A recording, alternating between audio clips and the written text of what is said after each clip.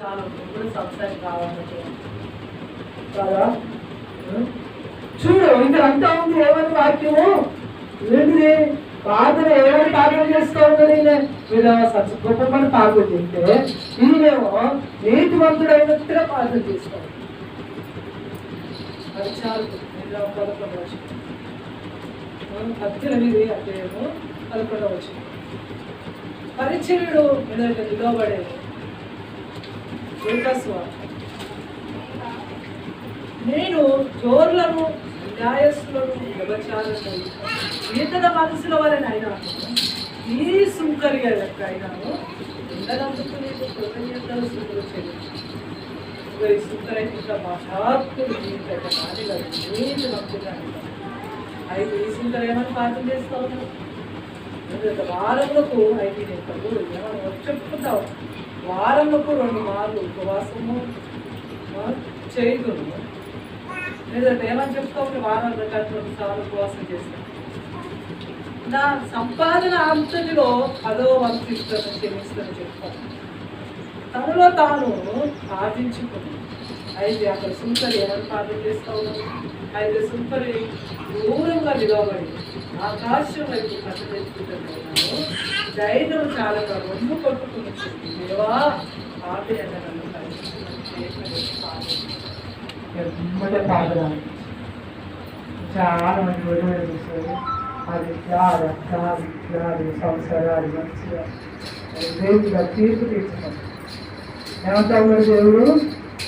అంటే నువ్వు నీకు మంత్రాలు కానీ కదా నువ్వు నీతో వాళ్ళు తీర్పు తీర్చేది? అస్సలు కాదు. నాతో సైతం కూడా నీతి అనేది లేదు, ఎవరిలో కూడా లేదు. యేసుప్రభు ఒక్కడు మాత్రమే నీతి మంతుడు.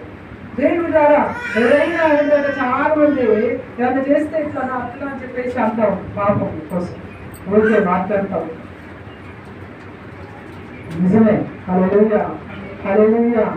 దేవుడి ద్వారా అందుకే ఆ రకంగా కాకుండా ఇంకా పాపన చేసి దేవుడు ఒక్కట అంగీకరించి అందుకనే ఇదంతా ఉన్నాడు. దావీదు ఏమంటా ఉన్నాడు? దుప్పి నీటి వాకుల కొరకు ఆశపడినట్టుగా నీ కొరకు నా ప్రాణం ఆశపడుచున్నా, నా ప్రాణం దేవుని కొరకు కృష్ణుడు తెలుసున్నా. వీళ్ళ ప్రాణం తీసుకోవాలనుకుంటా ఉన్నా.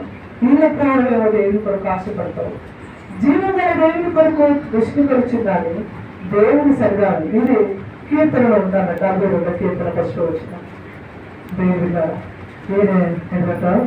ఈయన కూడా ఇక్కడ కన్నీరు కారుస్తూ ఉంటాడు. దావీదు ఆయన కన్నీరు కారుస్తూ కడుపు కొట్టుకుపోయినట్టు దేవుడి ద్వారా రాత్రి పగలు నా కన్నీరు నాకు అన్నకాలం రాలేదు.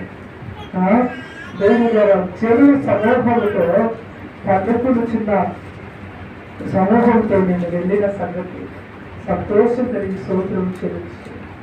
ఎందుకంటే నా ప్రాణ నీవు ఎలా కృంగి ఉన్నావు, నీవెలా తొందరపరుచున్నావు. దేవుని అందరూ నిరీక్షణ వచ్చిన ఆయనే నా రక్షణ కర్త అని చెప్పి ఎందుకు నువ్వు కృంగుతా ఉన్నావు? ఎందుకు నువ్వు ఏడుస్తా ఉన్నావు? నాకు అన్నం కడ్డీలే, నాకు అన్నపానం అవుతుంది. నువ్వు నా ప్రాణం నాలో నువ్వు ఎందుకు ఏడుస్తున్నావు అంటావు. మనం కూడా ఏడవకూడదు. దేవుని అందరూ సంతోషం కలిగి ఆనందం కలిగి దేవుని దేవుని కార్యం